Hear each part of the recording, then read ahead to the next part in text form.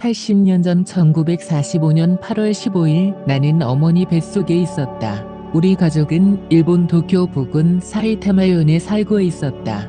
고향인 경북 청송군 안덕면에 살던 하만조 씨 몇 가족이 일본으로 가서 주로 공사판을 따라다니면서 돈벌이했다. 이들은 규슈에서 시작, 북상하면서 오사카, 나고야, 하마마스를 거쳐 해방 직전에 사이타마현에 정착했다. 제 누님에게서 들은 태평양 전쟁 중 미군 전투기의 공습 이야기는 영화에서도 보기 힘든 장면이다. 군수 공장이 몰려있는 곳이라 미군 전투기는 저공비행하면서 폭탄을 투하하곤 했는데 마을 아이들은 근처 언덕에 올라 폭격을 구경하곤 했다. 미군 조종사들도 낮게 나는 전투기의 조종실 창문 너머로 아이들을 향해 손을 흔들곤 했다는 것이다. 일본 패전과 함께 마을엔 미군이 진주했다. 흑임 장교가 부대장이었다. 당시 33세이던 아버지로부터 나중에 들은 이야기인데 마을의 촌장이 딸을 장교의 정부로 보낸 다음 부대에서 물자를 많이 얻어내는데 독식하지 않고 공평하게 나누어주니 마을 사람들 누구도 욕하지 않더란 것이다. 아버지에게서 들은 일본인의 무서움에 관한 이야기에는 이런 것도 있었다. 일본인 소년이 동네에서 도둑으로 몰렸다. 그 아버지는 억울하다고 했지만 상대가 말을 듣지 않으니 칼로 도둑으로 몰린 아들을 찔러 죽인 다음 도둑으로 몰 사람을 죽이더라는 것이다. 나의 아버지는 3대 독자였고 해방 당시 36세였던 어머니는 내 위로 딸만 셋 낳았으니 나는 태어나서 귀여움을 많이 받았다. 어머니는 그 뒤 여동생과 남동생을 하나씩 더 낳으셔서 모두 이남 사녀가 출생했다. 이는 살아남은 숫자이고 실제로는 12명을 낳았으나 6명이 영아로 사망했다. 해방 때 한국의 영아 사망률은 1000명 출생에 약 150명이었지만 청송은 의료시설이 전혀 없다시피 한 산꼴이라 더 높았을 것이다. 싱가포르 함락의 충격. 나중에 누님들한테서 들은 일본 체류 이야기 중에 기억에 남는 것이 또 있다. 태평양 전쟁 때 일본군이 말레이시아와 싱가포르를 점령하자 학생들에게 그곳에서 많이 나는 곰으로 만든 공을 하나씩 나누어 주었다는 것이다. 일본군이 1941년 12월 7일 하와이에 진주만을 기습하고 며칠 뒤 싱가포르 근해에서 영국 해군의 자존심인 전함 프린스 오브 웨일스를 격침하고 이듬해 2월 15일 싱가포르를 점령한 사건은 미국과 영국으로 대표되는 백인종에 대한 황인종의 승리로 선전되었다.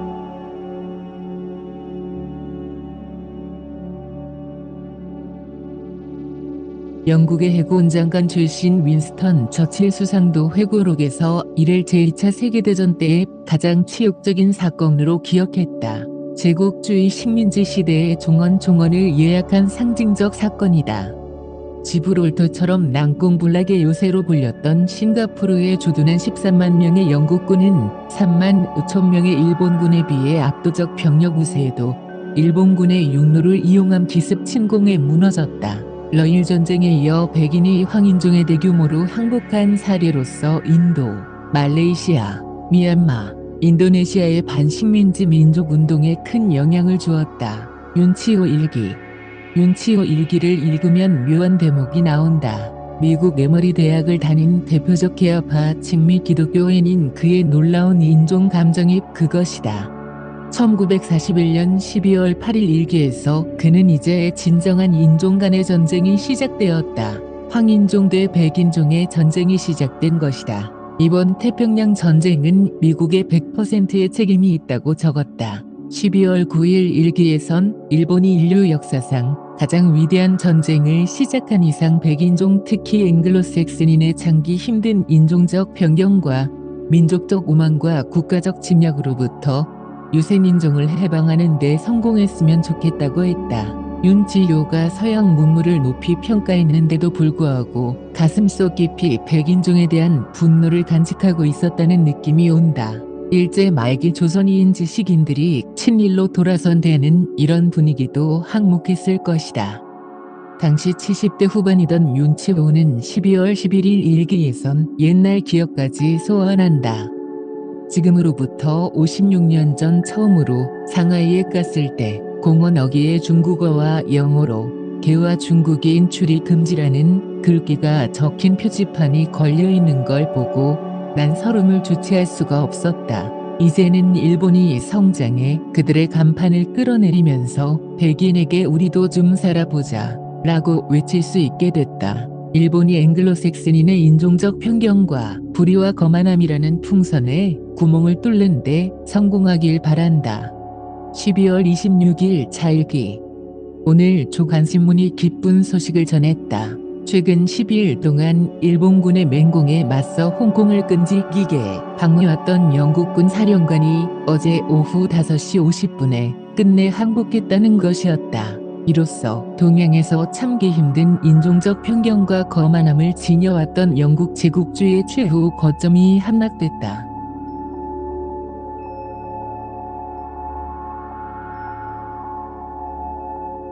난 이것이 영원하길 빈다. 일본은 동양에서 백인의 지배를 무너뜨렸다는 점에서 모든 유색인종의 찬사를 받을 자격이 충분하다. 백인 우월주의자로 비치는 도널드 트럼프 미국 대통령의 최근 행동으로 아시아 사람들 속에 잠자고 있는 윤치 호류의 감정이 표출되면 중국에 유리할 것이다. 도시화, 산업화, 산림화, 자동차화. 해방 때 일본에 살던 한국인 약 200만 명은 귀국이냐 잔류냐의 기로에 서게 되는데 아버지는 1946년 초 귀국을 결심한다. 나는 젖먹이로 어머니 품에 안겨 돌아왔다. 우리 가족이 배를 타고 부산항에 내렸을 때 누님들과 아버지는 나 잘못 선택했구나라고 직감했다고 한다. 누님들이 받은 가장 큰 충격은 행상 아이들이 몰려와 내 물건 사이소 라고 경쟁하는 모습이 아니었다. 자기 물건만 발면될 터인데 저 아이 물건은 가짜니 내 것을 사라고 험담하는데 놀랐다고 했다. 청송으로 가는 길에 부산에서 대구까지는 기차를 탔는데 요사이 북한 기차처럼 자리는 뜯겨나가고 창문 유리창도 없었다. 일본은 전후에도 사회의 윤리가 무너지지 않았는데 돌아온 조국의 혼란상은 7년간 선진 문물을 체험한 우리 가족에는 일종의 문화 충격이었다. 나는 그 뒤 일본에서 귀환한 이들을 여러 명 만났는데 거의 공통된 소감이었다. 아버지는 그래도 조상들이 묻혀있고 친척들이 사는 고향에 돌아가서 아이들을 한국인으로 교육시켜야겠다고 위안을 삼았다고 한다. 우리 집안이 여러 대를 걸쳐서 산 청송군 현서면 덕성리는 영천과의 접경에 솟은 보현산 기슭에 있는 삼간 마을이었다. 보현산은 1122m로 꼭대기엔 나중에 천문대가 들어섰다. 천문대의 조건은 공기가 맑고 도시의 불빛으로부터 멀리 떨어져야 한다. 나의 의식적 기억은 1950년 한국 나이로 6살 때부터 시작된다. 귀환 후 중농 생활을 시작한 아버지는 나를 일찍 현남 국민학교에 보냈다. 누님들이 나를 학교에 데리고 다녔는데 등교하기 싫다고 길에서 뒹굴었고 차가워도 고집을 피웠다고 한다. 마을에는 일제시대에 낸 비포장도로가 지나고 있었다. 1945년에 한반도 전체의 자동차 보유 대수는 약 8,000대였다. 남한엔 약 6,000대가 있었다. 거의 일본 행정당국과 기업 소유였으며 민간인 소유는 극소수였다. 인구 약 90만 명의 서울시 차량 등록 대수는 약 2,000대였다. 청송군은 해방 당시 인구가 약 9만 명이었으나 자동차는 10대도 되지 않았을 것이다. 인구가 80년 전에 4분의 1로 줄어든 지금 청송의 자동차 등록 대수는 1만 2천 대이다. 지난 80년간 한국의 지형을 바꾼 4대 변화는 도시화, 산업화, 산림화, 자동차화가 아닐까. 나는 지금도 자동차가 마을에 나타나면 아이들과 함께 쫓아가면서 위험하게 잣꽁무니에 매달려 맞던 그 휘발유 냄새를 기억한다. 벤젠 성분에서 나오는 추억의 향기. 돌아오지 않는 외삼촌. 우리 마을은 산에서 흘러내리는 계곡 주변에 조성되어 100가구도 되지 않았다. 외할머니 댁이 옆집이었다. 외숙모는 당시 20대 후반인데 혼자였다. 외삼촌이 1943년 무렵 일본군에 입대, 미얀마 전선에서 군복 입은 사진 한 장과 마지막 편지를 보내고는 해방이 되어도 돌아오지 않았다. 외삼촌은 독자였는데 신혼생활 중에 입대했다. 외숙모의 생전 기억에 따르면 일본 당국에서 부추기는 바람에 내키지 않는 상태에서 지원한 것이라고 한다. 외할아버지도 적극적으로 말리지 않았던 모양이다. 해방이 되어도 아들이 돌아오지 않자 외할머니는 날마다 동고에 나가 종일 기다리다가 돌아오곤 하였지만 끝내 생사는 확인되지 않고 1970년대에 국가로부터 수십만 원의 돈을 받는 것으로 처리되었다. 태평양 전쟁 중 약 24만 명의 조선 청년들이 일본군의 지원이나 징집 형태로 들어갔고 약 2만 명이 전사했다. 살아남은 이들 중엔 국군 창설 때 장교나 부사관으로 임용되어 실전 경험을 살려 한국전 때 북한군을 저지한 이들이 있다. 외아들의 실종 상태는 외할아버지와 외할머니 그리고 외숙모에겐 너무나 큰 고통이었을 것이다. 평생 수절한 외숙모는 교회를 열심히 다니다가 100세를 넘겨 몇 년 전 돌아가셨고 외삼촌의 짧은 생애는 버마에서 보낸 사진 한 장으로 남아있다. 외숙모는 내가 외삼촌을 많이 닮았다면서 특별히 아껴주셨다. 오폭 6.15 남침 전쟁이 터지기 직전 첫째 누님의 결혼식이 있었다. 그 장면 다음의 기억은 그해 7월 어느 날이었다. 나는 가족이 밭일 하는 데 따라 나섰다가 우리 밭 옆으로 난 신장로를 따라 인민군이 보무당당하게 행진해 들어오는 것을 보았다. 군복은 깨끗했다. 나는 밭과 길이 만나는 곳에서 누렇게 익어 가던 내 것이라고 찍어 두었던 오이가 걱정되었다. 활동만 하게 자라 언제 따먹을까 고민하던 오이였다. 다음날 갔더니 없어졌다. 나는 어제 지나가던 인민군이 따갔다고 짐작했다. 당시의 억울함 때문에 내가 이승복 소년보다 먼저 방공소년이 되었다는 농담도 한다. 2달간의 공산 치하가 시작되었지만 나의 기억은 동화에 가깝다. 전쟁의 위험을 온몸으로 받아야 했던 이는 아버지, 어머니였고 철없는 나는 전쟁이 가져오는 여러 가지 사건들이 재미있기만 했다. 그러던 어느 맑은 여름날 우리 마을이 하늘로부터 공격당하기 시작했다. 전투기의 서너 대가 폭격을 시작한 것이다. 우리 마을엔 인민군이 한 명도 없었다.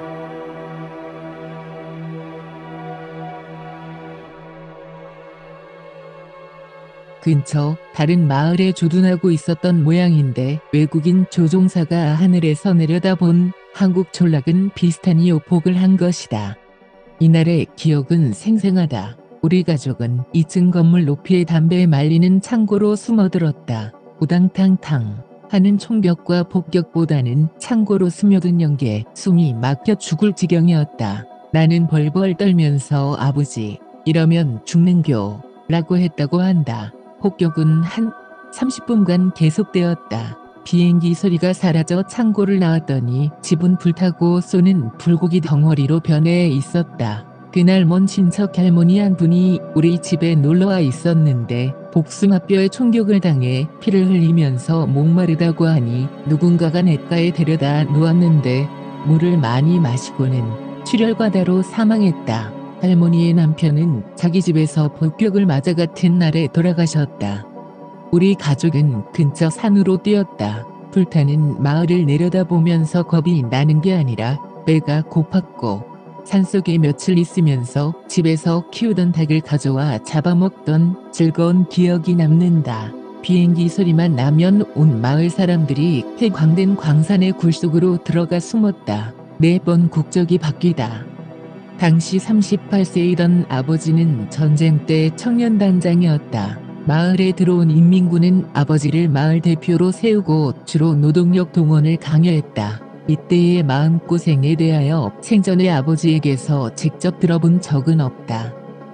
가끔 고향에 들러 마을 사람들로부터 아버지의 활동상을 들을 수 있었다. 아버지가 인민군이 시키는 대로 하지 않아 총살 위협을 받았다든지 그래서 국군이 들어온 뒤 우리 마을에선 한 사람도 부역자로 몰려 죽은 이가 없다든지 등등의 이야기였다. 아버지 생전의 자세한 증언을 받아 기록하지 못한 것이 후회된다. 아버지가 인민군이 우리 집 소를 끌고 가는 것을 뒤쫓아가서 나무에 메어둔 소를 데리고 도망쳐 나왔다는 이야기는 어머니가 해주었다. 국군이 수복작전을 하기 전 인민군복으로 위장한 두 사람이 밤에 찾아와 아버지를 불러내 마을 정세를 물을 때 구두를 보고 국군임을 알아채 협조했는데 그때 잘못 판단했으면 죽었을 것이란 이야기 정도가 아버지가 직접 해준 증언이다. 그의 여름 전쟁터의 소년들에게 전투는 재미있는 게임이었다. 저녁 노을이 짙어가는 보현산 너머 영천 쪽에선 쌍방 포격전이 벌어지는데 포탄의 궤적이 핑퐁 치듯이 오고 갔다. 다른 산 너머에선 전투기가 극강화 폭격을 하면 연기가 치솟아 올랐다. 저럴 때마다 사람들이 죽어나간다는 생각은 들지 않았다. 1950년 9월 우리 마을은 다시 대한민국 북만으로 돌아왔다. 내가 1945년 10월에 일본에서 났을 때는 여전히 일본 국적자였다. 한국에 돌아왔을 때는 건국전이라 미군정 치하였고 무국적 상태였다. 미군정이 조선인 임시여권을 발행하던 때였다. 1948년 대한민국 건국으로 비로소 국적을 취득했다가 인민군 치하로 들어갔으니 조선민주주의인민공화국 소속이 되었고 국군의 반격 후 다시 대한민국 국적을 회복한 셈이다. 4번 국적이 바뀌었다. 나의 어머니는 대한제국 시절에 태어났으니 5번 국적이 바뀌었다. 어머니 또래의 서울에 산 사람도 한국전 때 피란 가지 않았다면 5번 국적이 바뀐 게 된다. 큰누님. 1994년 가을 우리 가족은 부산으로 이사갔다. 아버지가 2년 전에 큰누님만 데리고 부산에 가서 장사를 시작한 뒤 기반을 잡자 남은 가족을 이사시킨 것이다. 나는 부산 수정국민학교 2학년에 편입해 전후의 소년기를 보내게 되는데 일본에서 살다가 부산항에 도착했을 때 누님들이 느꼈던 것과 비슷한 문화적 충격을 경험했다. 말이 너무 거칠고 발음을 알아들을 수가 없었다. 담임 선생님이 국어 시간에 읽기를 시키면 학생들이 일어나 교과서를 펼치고 대갈 깼습니다. 라고 한 뒤 읽고 내려가는데 나는 아무리 교과서를 훑어봐도 그런 말이 보이지 않았다. 나도 지명을 받으면 대갈 깼습니다. 라고 읽었다. 나중에 찬찬히 들어보니 제가 읽겠습니다를 빨리 말한 것을 내가 잘못 들은 것이었다. 그 누님은 예식장이 아닌 집안에서 단출한 결혼식을 올렸다. 전쟁이 나기 직전에 이미 결혼식을 올린 것을 희미하게 기억하던 나는 이상하다는 생각을 한 것 같은데 그냥 지나갔다. 그 비밀이 밝혀진 것은 그로부터 약 50년이 흘러서였다. 자영이 별세한 후 부산에서 서울 우리 집에 잠시 들른 70대 누님이 처음 듣는 이야기를 했다. 요약하면 이렇다. 첫 결혼 상대자는 좌익 활동 전력자였다. 당시 검찰이 자수한 좌익 출신들을 교도하기 위하여 만든 보도연맹에 가입했다. 6.25 남침 소식은 며칠 뒤에 청송산골에 알려졌다. 자영은 도망치지 않았다. 좌익 활동을 심각하게 한 적이 없어 안심했을지도 모른다. 경찰이 상부 지시에 따라 보도연맹원들을 불렀다. 경찰관은 모여든 이들을 총살하라는 지시를 받았는데 뭣도 모르고 소환이들 응하니 기가 찼던 모양이다. 돌아가서 옷 갈아입고 오세요. 라며 돌려보냈다. 그 길로 달아나라는 신호였지만 차영을 비롯한 대부분은 옷을 갈아입고 다시 나타났고 끌려가서 총살당했다. 신혼초였기에 아이를 갖지 않았던 누님은 남편이 죽은 뒤에도 집으로 돌아오지 않고 시댁에서 1년을 살았다. 아버지가 데리고 왔다. 원한에 사무쳐 그렇게 했다는 설명이었다. 누님은 내가 그때 남자였으면 억하심정으로 빨치산이 되었을지 모른다. 고도했다. 아버지를 따라 부산에 온 누님은 월남한 함경도 청년을 만나 재혼했다. 복수심에서 북한 출신과 결혼했다고도 했는데 악착 같은 누님이 후덕한 자영을 만난 것은 행운이었다. 계속